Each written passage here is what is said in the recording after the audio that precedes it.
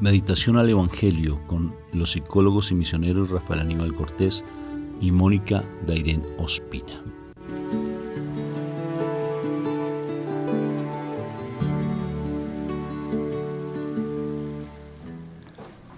Un fuerte saludo de paz y bien a todos ustedes. Dios me los bendiga en el nombre de nuestro Señor Jesucristo. Hoy empezamos este día invocando la Santísima Trinidad para que este momento sea sagrado, Moni. Un momento espectacularmente sagrado. Involucramos a la Santísima Trinidad en este evento. Por la señal de la Santa Cruz de nuestros enemigos, líbranos, Señor, Dios nuestro. En el nombre del Padre, del Hijo y del Espíritu Santo. Amén y amén. Padre, yo te doy gracias, Papito Dios, siempre te digo gracias, porque esa gracias que te damos es una oración tan poderosa, porque te estamos reconociendo a ti como Padre, te estamos reconociendo que tú eres nuestro Creador, tú eres nuestro Papá. Por eso hoy, por el solo hecho de decirte Papá, también estamos reconociendo que nuestro Señor Jesucristo dio la vida por nosotros en la cruz. Porque, Papito Dios del cielo, Él lo dijo, que a través de su muerte íbamos a conocerte a ti, que a través de Él, que Él es el camino, íbamos a tener ese encuentro personal contigo. Por eso ya somos uno contigo, Padre. A pesar de nuestra indiferencia, tú eres fiel y tú buscas siempre que nosotros nos mantengamos muy santos, que nos mantengamos muy unidos a ti en la santidad. Por eso ayúdanos a estar siempre muriendo a nosotros mismos. Ven, Majestad Divina, en este instante. Ven, Espíritu Santo de amor. Inunda los corazones de mis hermanos que nos escuchan y nos ven. Nuestros corazones, toca nuestra lengua, coloca un carbón encendido, como está en la palabra, cuando el ángel coloca un carbón encendido en nuestras bocas para proclamar la verdad. Ven, Espíritu de amor, toma posesión de nuestro cuerpo, que es tu templo, indigno templo tuyo, pero es tu templo, para que podamos hacer parte de tu reino, al cual también nosotros pertenecemos. Gracias por habernos escogido para proclamar tu palabra, porque eres tú quien nos escoge, Majestad Divina. Ven a nuestro encuentro, ven, ayúdanos a morir a nosotros mismos. Te suplico, ayúdanos a morir a nosotros mismos. Te alabo y te bendigo por siempre. Amén, amén y amén. Bueno, Moni, palabra para el día de hoy. Bueno, hoy vamos a irnos al Evangelio de San Juan, capítulo 11, versículo 19 al 27. En aquel tiempo, muchos judíos habían ido a ver a Marta y a María para darles el pésame por su hermano. Cuando Marta se enteró de que llegaba Jesús, salió a su encuentro, mientras María se quedaba en casa. Y dijo Marta a Jesús: Señor, si hubieras estado aquí no habría muerto mi hermano. Pero aún ahora sé que todo lo que pidas a Dios, Dios te lo concederá. Jesús le dijo: tu hermano resucitará. Marta respondió: sé que resucitará en la resurrección del último día. Jesús le dice: yo soy la resurrección y la vida.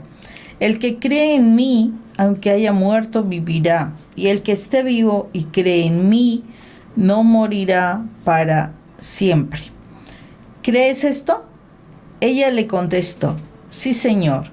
Yo creo que tú eres el Mesías, el Hijo de Dios, el que tenía que venir al mundo. Palabra de Dios. Gloria a ti, Señor Jesús.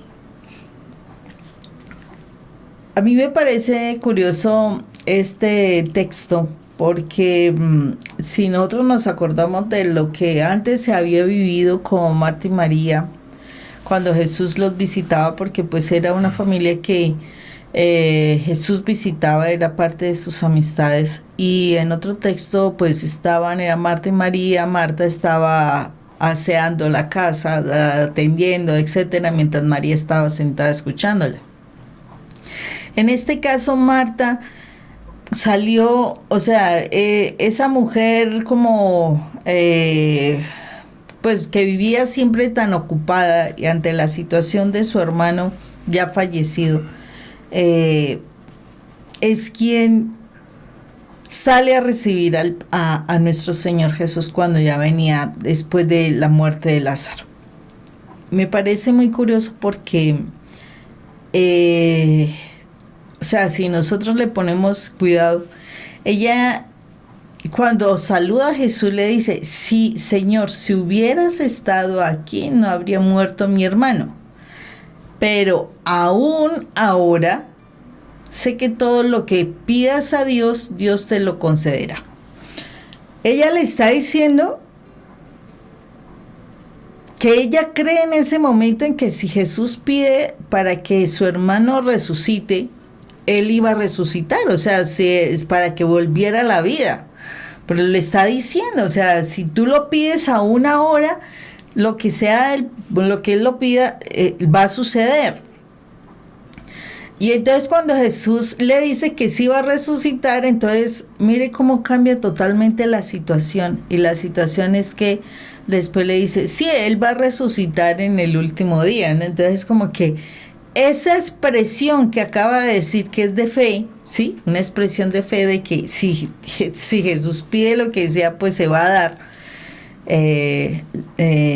Esa expresión termina siendo negada por ella misma, ¿sí?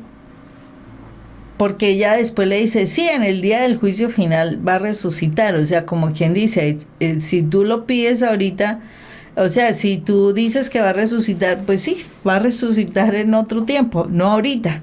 O sea, como que todo lo que acababa de decir se fue, como que se borró, como que ya no, o sea, no fue, ¿no?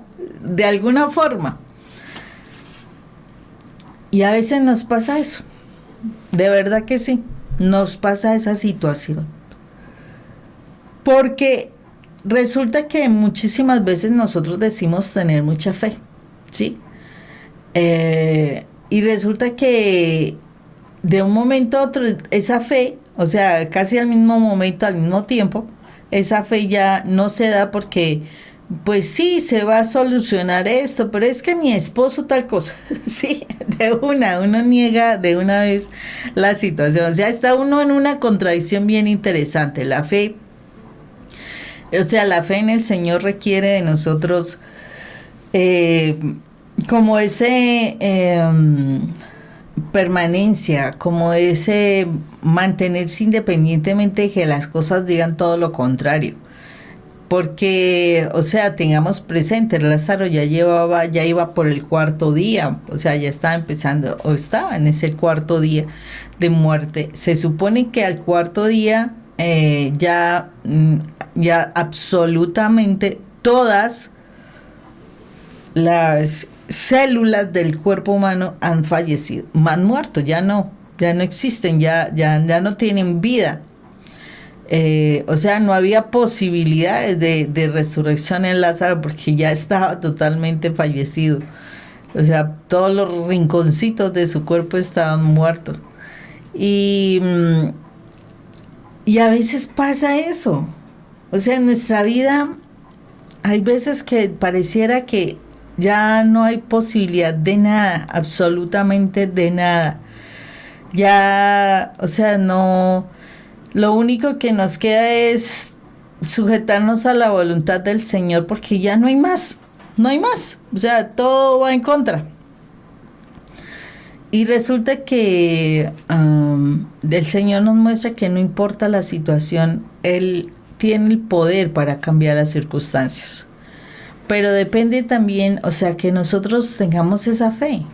O sea, ¿qué está sucediendo con nuestra fe? Nuestra fe es como toda débil, como una varita, va para un lado y va para el otro, va para un lado y para el otro, ¿sí? Que se mueve con el viento. Y tiene que ver con que nosotros no estamos fortaleciendo nuestra fe. Dice que la fe es por el oír y el oír es por la palabra de Dios. Y resulta que nosotros tenemos que fortalecer nuestra fe. El Señor nos ha dado una medida de fe. El Señor nos lo dice en la palabra. Él nos da una medida de fe. Pero que la fe debe ser como ese granito de mostaza. ¿Y cómo es la fe? Como granito de mostaza. Pues o como la semilla de mostaza. Pues como la semilla de mostaza, que en el momento, que siendo tan pequeñita, tan supremamente pequeña, en el momento en que se siembra, en ese mismo momento la semilla va transformándose y se convierte en un muy hermoso arbusto grande, que se puede ver.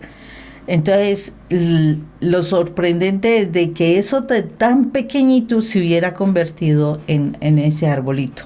Entonces, asimismo, el Señor está diciendo, está mostrando aquí, o sea, hay momentos en que tú te ves con mucha fe.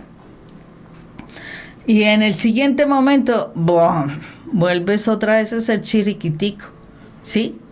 Y es importante que nosotros aprendamos a creer, porque es que aquí la confronta específicamente. Tú crees en mí, en pocas palabras. Tú crees en el Hijo o sea, tú crees que el Señor es resurrección, es vida. Tú crees en eso. Y entonces uno dice, sí, yo sí creo. De verdad se cree. Y si tú crees, ¿por qué no lo vives? En oraciones en estos días yo miraba, o sea, varias circunstancias, varias cosas que a uno le inquietan. Y estaba en ese momento de oración y fue tan espectacular porque yo decía, y volví a recordarme cada vez que yo me siento así como que las circunstancias como que fueran más grandes y todo esto. Y yo miraba, siempre me acuerdo de cuando voy en un avión y veo a la tierra y voy buscando, o sea, al principio se ven las personas y posteriormente las personas no se ven para nada y yo percibo que somos como microbios. Realmente en este planeta somos más chiquiticos, yo creo, porque el planeta es inmenso, es un universo inmenso y somos como microbios. Pero todo ese universo es comandado por Dios. O sea que para que sea comandado por Dios debe ser mucho más grande que el universo. Y si es tan grande como el universo, y yo tengo claridad de que Jesús es tan grande como el universo, que necesitó una gota de su sangre para destruir muchas cosas, ¿cómo no voy a creer que Él va a tener el poder suficiente? Porque es más grande que el universo para transformar las circunstancias. Pero yo tengo que aprender a creer eso. Yo tengo que aprender a verlo, ¿sí? Para poder ver las cosas que el Señor quiere que yo vea. Pero es importante porque aquí está diciendo Marta, sí, si tú hubieras pedido al ratito, sí, Él va a resucitar para el día del juicio final. Entonces, ¿qué nos está sucediendo? Estamos diciendo, sí, mi matrimonio va a ser restaurado, y su esposo sigue en unas condiciones tremendas, es peor, se convierte peor, claro que es peor. ¿Y por qué? Porque en el momento en que tú te pones a orar, en el momento en que tú te pones a pedir por tu esposo, él que está en el pecado, el enemigo lo utiliza para hacer cosas peores, para ver si lo hunde más, para ver que si lo encierra más en su mente y de esa manera pues que no se pueda rescatar. El mal no se va a quedar quieto, eso es claro, no se va a quedar quieto. Entonces es lógico que las cosas se ponen peor, pero el Señor nos pide es que seamos perseverantes. Que no estemos en un momentico, sí, mi hogar tal cosa, y al ratico, sí, después, posiblemente, si mi esposo tal. No, es, si tú crees en esto y tú vas a luchar y tú vas a estar allí, pues trabaja. Que en el momento en que menos pienses, las cosas van a ser transformadas.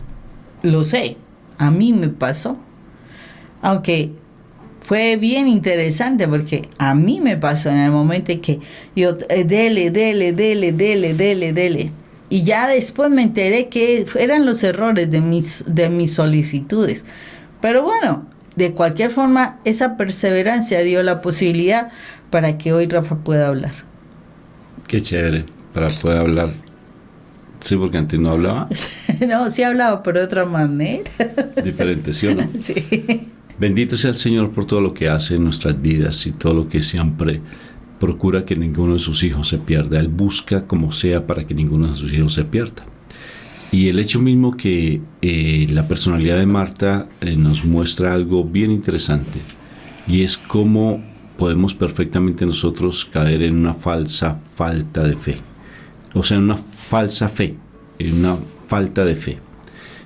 Marta conoce las verdades, las está reflejando allí. Me sorprendo. Ella dice, sí, es que hay una vida después de esta vida. Sí, es que tú vas a resucitar en el último día, pero es que yo lo quiero que tenga aquí, que él nazca, que él resucite nuevamente a mi hermano Lázaro. Y es tan particular la fe de Marta, ¿no? ¿Tiene fe? Sí tiene fe, pero ¿hasta qué punto su fe es tan limitada? Hay algo que a mí me confunde y se los voy a compartir. Y Mónica, para que me ayudes, ya que me ayudaste a hablar, ahora para que me ayudes a dilucidar, ¿sí? Entonces son dos cosas, una hablar y otra dilucidar. Cuando se habla que realmente nosotros la falta de fe es déjalo en la voluntad del Señor, que se haga la voluntad de Dios. Pero también el Señor me pide que actúe. No sé si me hago entender con esa expresión. Señor, yo te pido para que por favor sanes a esta persona, para que tú te glorifiques en esta situación, pero que se haga tu voluntad y no la mía. Pero el Señor pide que actuemos. No sé si me hago entender con lo que estoy diciendo. Pero cuando decimos un pero, el pero es como borrador. El hecho mismo de que yo tenga esa comunión con Dios, no estoy diciendo, no quiero decir algo inapropiado, por favor. Si yo tengo esa comunión con Dios, si mi Jesús dijo que ellos sean uno como tú y yo somos uno, ellos, o sea, tú y yo, seamos uno, quiere decir que la comunión con Dios es perfecta. Nosotros tenemos comunión con Dios. ¿Qué nos limita a esa comunión con Dios? El pecado. El pecado. Y si tenemos esa comunión con Dios, todo lo que pidan en mi nombre, Dios se lo dará. Y está diciendo, actúen, actúen, tengan fe. O sea, hombres de poca fe, le dijo muchas veces a sus discípulos, cuando Pedro caminaba sobre las aguas, estaba caminando sobre las aguas y se hundió, siendo un nadador. Cuando los discípulos fueron a expulsar demonios y el demonio les dio una tunda tremenda, que Dios lo reprenda a ese demonio. No los conozco, dijeron ellos. Conozco a tal, pero a ustedes no los conozco. Y les golpeó. Hombres de poca fe. ¿Hasta cuándo tendré que soportarlos? Hombres de poca fe. Llegó a decir mi Jesús también incluso. Y cuando están en la barca, mi Jesús está durmiendo, hay una tempestad tremenda y Señor, despiértate porque perecemos. Hombres de poca fe.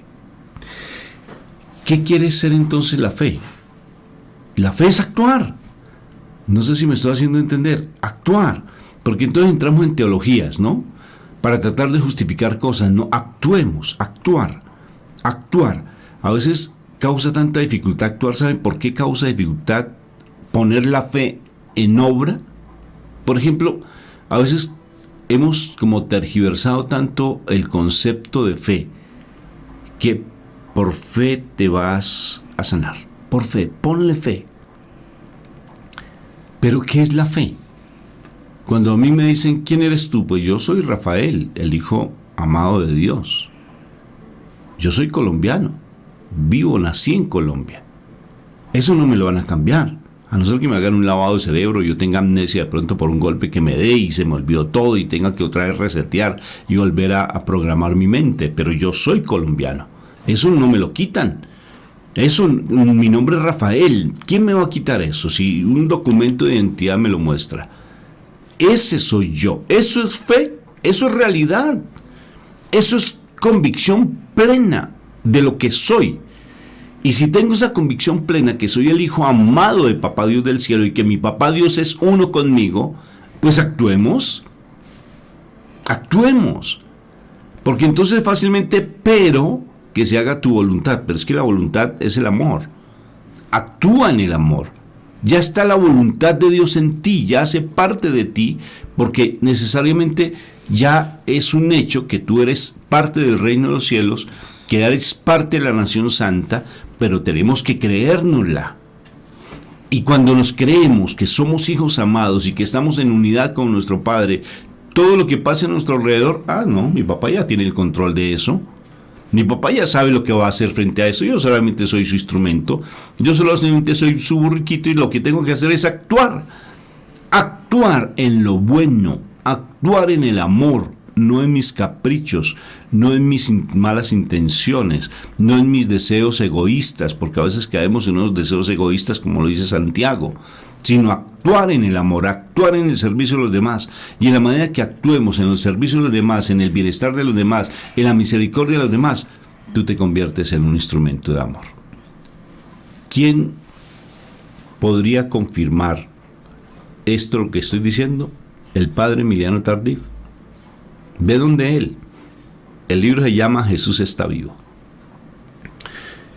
Y allí el padre Emiliano Tardif era un hombre que predicaba espectacularmente antes de tener un encuentro personal con Jesús. Un hombre que tal vez como Marta construía iglesias,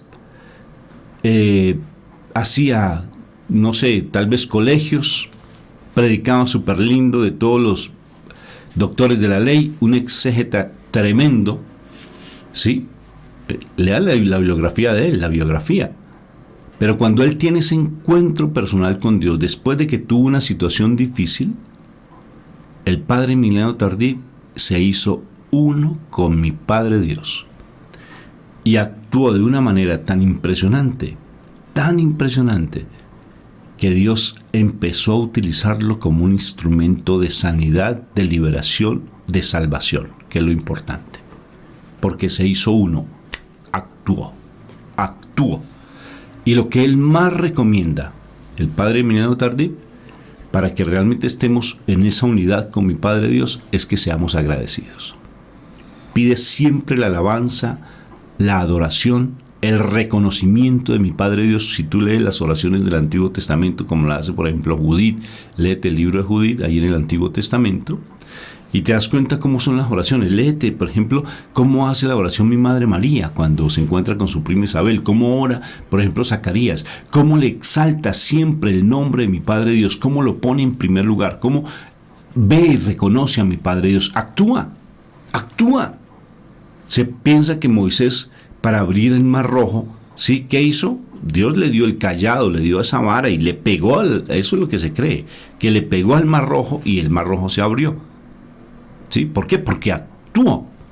El actuar en fe, por eso la fe es la convicción de lo que se espera, la certeza de lo que se espera y la convicción de lo que no se ve. La certeza, tengo esa certeza porque soy el hijo amado de Papá Dios del cielo. Actúa, mi hermanito. O sea, tal vez mentalmente, porque es un engaño del enemigo que nos empieza desde la mente a decir: no, pero es que es la voluntad de Dios. Sí, es la voluntad de Dios, pero la voluntad de Dios es también que te sane. La voluntad de Dios es que te libere. La voluntad de Dios es que no sigas mendigando amor. La voluntad de Dios es que tú tengas esa paz en tu interior tremenda. Esa es la voluntad de Dios, que el amor de Él fluya en tu corazón. Esa es la voluntad de Él. La voluntad de Él no es que tú seas simplemente una masoquista o un masoquista y sigas soportando los golpes y el maltrato de los demás, porque es que mi Jesús lo hizo. No, pero es que lo hizo de manera diferente, porque uno se convierte por estar mendigando amor en una persona que recibe maltrato. Esa no es la voluntad de Dios. La voluntad de Dios es servir a los demás. Que se haga tu voluntad, pues sirve a los demás, ayúdale a los demás. Eso a mí me cuestiona mucho. A mí el servicio me cuestiona mucho. ¿Realmente yo sirvo a los demás? ¿O yo en mi zona de confort, yo sirvo a los demás, desde mi zona de confort, como un control remoto? Yo estoy bien aquí, a ver qué me sobra y le doy a los demás lo que me sobra. Y ahí es donde, cuando tengo misericordia, cuando estoy pendiente del servicio a los demás, de esa manera se empieza a obrar en nosotros la fe.